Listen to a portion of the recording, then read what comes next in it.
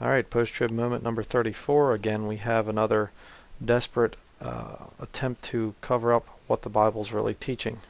Just explicitly left out here in Mark 13. Why did God purposely decide to leave out that phrase in Mark 13? Well, maybe the answer's found at the end of the chapter in Mark 13:37. He's talking about the, remembering, or the pray that your flight be not in the winter, neither on the Sabbath day. And from Matthew chapter 24 is what he's talking about there, because that points directly at a Jewish audience. Okay, but let's continue. When the Bible says, "And what I say unto you, I say unto all, watch." So it really falls apart when... Okay, now this has been covered before, but I'll just say this. What I say unto you, to the Jews there, I say unto all. We'll just go along with his argument there for a minute. He's saying that everybody should watch. What does that have to do with the rapture? How does this disprove a pre-tribulation rapture? People looking for the second coming should watch. People looking for the rapture should watch. At the beginning of the tribulation. This doesn't prove anything. But what it does, he's trying to get rid of this right here, the Sabbath day from Matthew chapter 24. But let's continue here. And the pre-trib rapture crowd says, well, the mention of the Sabbath day in Matthew 24 proves that he's only talking to the Jews, when in Mark 13 he leaves out the phrase, neither on the Sabbath day. And not only that, he says the same thing in verse 24. But in those days after that tribulation, the sun shall be darkened, and the moon shall not give her light, and the stars of heaven shall fall, and the powers that are in heaven shall be shaken. And then shall they see the Son of Man coming in the clouds with great power and glory.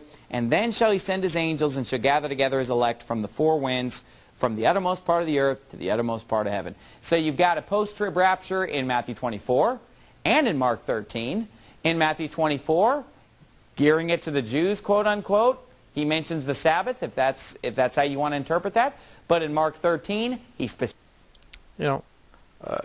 gearing it towards the Jews, the Sabbath there, if that's how you want to interpret it, how else could you interpret it? The Sabbath day is not mentioned for a Christian. Let me just show you real quick here. Romans chapter 13, look at verse 9.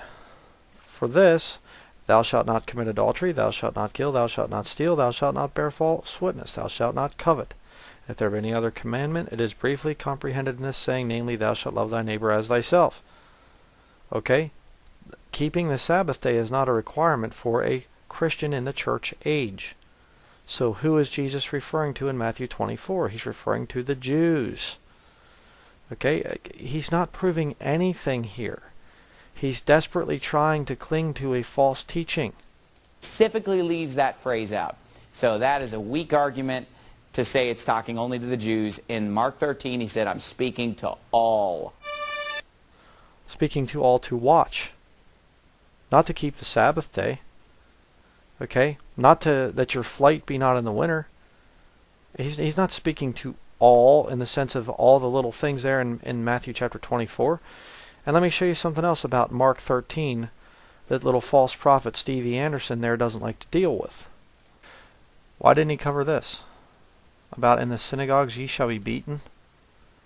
I don't know too many Christians that are being beaten in synagogues, or that even worship in synagogues.